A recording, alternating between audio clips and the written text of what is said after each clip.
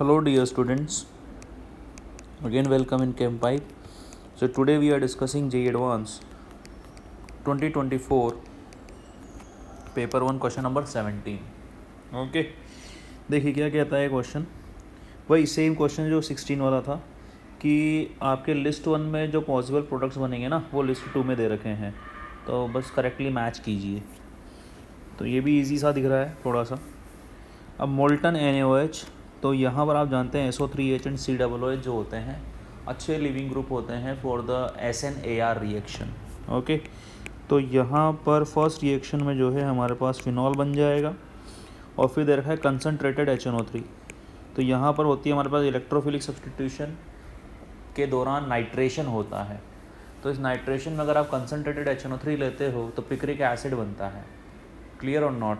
Okay, तो for the P picric acid will be the correct answer. The for the P, that third will be this is the picric acid.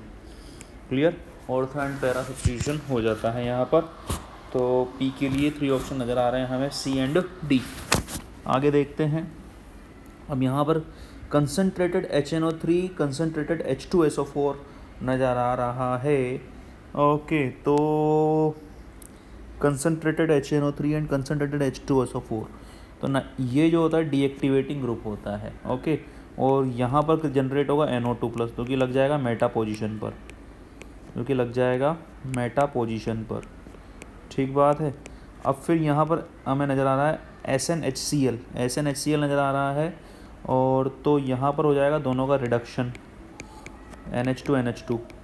फिर नज़र आ रहा है diazonium बनाने के लिए HNO2, तो यहाँ पर दिख जाएगा हमें डायज़ोनियम N2+Cl-. फिर नज़र आ रहा है H2O. तो यहाँ पर हो जाएगा हमारे पास इनका क्या हो जाएगा, इनका हाइड्रोलिसिस, OH लग जाएगा. तो ये हो गया हमारा OH एंड ये हो गया हमारा OH. क्लियर और नॉट? फिर आ रहा है कंसनट्रेटेड HNO3 एंड H2SO4. तो जो जो जगह बची वहाँ पर लग जाएगा. This is the ortho, this is the yes. तो यहाँ जो है हमारे पास जितनी भी जगह बची है सब जगह NO2 लग जाएगा. Ortho and para position with respect to the OH. तो इस OH के रेस्पेक्ट में ये ऑर्थो पोजीशन पर है, ये पैरा पोजीशन पर है. इसके रेस्पेक्ट में ये दोनों ऑर्थो और ये पैरा. क्लियर? तो यहाँ पर जो है हमारे पास क्या लग जाएगा, आपको पता है NO2, then OH, then NO2 and then NO2. Okay, so for this option 5 will be the correct for the Q. अब देखिए यहाँ पर concentrated HNO3, concentrated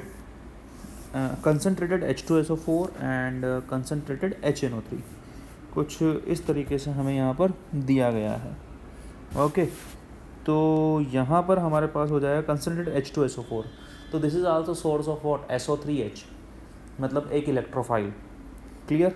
एक इलेक्ट्रोफाइल का सोर्स है ये भी. तो इसमें क्या होगा हमारे पास, दिस इज़ द OH. ये एक अच्छी चीज़ थी, अच्छा क्वेश्चन था, अच्छा था यहाँ पर R. लेकिन क्या देख लें क्या कि P और Q अगर 3 and 5 है तो उसी से आंसर आ रहा है क्या? जी हाँ, उसी से आंसर आ रहा है. वैसे तो दूसरी जगह जाने की ज़रूरत ही नहीं है, लेकिन फिर भी हम तो पूरा करेंगे. SO3H. अब यहाँ पर आ गया हमारा NO2. अब NO2 आया तो NO मतलब कंसनट्रेटेड HNO3 मतलब NO2+. अब NO2+ के लिए 2 ग्रुप यहाँ पर डिटरमाइन होंगे. तो इसके रेस्पेक्ट में मेटा और इसके रेस्पेक्ट में हमारे पास ऑर्थो. तो ये एक ही पोजीशन नज़र आ रही है, ये वाली. तो यहाँ पर क्या लग जाएगा हमारा, NO2 लग जाएगा. ठीक है, दोबारा नहीं लिख रहा हूँ मैं, यहीं लिख दे रहा हूँ. फिर हमारे पास आ रहा है H3O+ डेल्टा. तो H3O+ डेल्टा से क्या होगा, ये दोनों जो हो जाएंगे हमारे पास रिप्लेस हो जाएंगे. ओके, तो OH, NO2 and OH. So what is it actually, option number 4. ये अच्छा था. ओके, मतलब यहाँ कोई नहीं सोचा ये दोनों, मतलब यहाँ पर थोड़ा सा जो है कंफ्यूज हो जाओगे आप और बोलोगे कि यहाँ पर जो है हर जगह NO2 लग जाएगा. क्लियर और नॉट? तो not that much easy to us. Now this is I think easy one, the S. तो KMNO4 KOH जो आप बोल रहे हो, ये जो सीन आप बोल रहे हो, इससे बनेगा COOH. ठीक बात है, इससे बनेगा यहाँ पर COOH. अब COOH बन तो गया, अब COOH जो है ना डीएक्टिवेटिंग है भाई, COOH डीएक्टिवेटिंग है। और फिर कंसनट्रेटेड HNO3 H2SO4 आपको दिख रहा है तो NO2+, तो डीएक्टिवेटिंग है तो मेटा पोजीशन ऑक्यूपाई करेगा। फिर SOCl2 NH3, तो SOCl2 से क्या होगा, हमारा जो COH है वो क्या बनेगा, COCl। NH3 से क्या होगा, यहाँ पर होगा न्यूक्लियोफिलिक एडिशन सब्सटीट्यूशन, ठीक बात है कि नहीं है, तो ये COOH2 बन जाएगा। फिर आपको यहाँ दिख रहा है हाफमान ब्रोमाइड डिग्रेडेशन, तो यहाँ बन जाएगा हमारा NH2, सही बात है कि नहीं, यहीं पर कर देते हैं अपन सब कुछ, यहाँ पर बन जाएगा NH2। फिर Na2HCl होगा, डाइएजोनियम बनेगा, तो यहाँ पर हो गया हमारा क्या, N2+।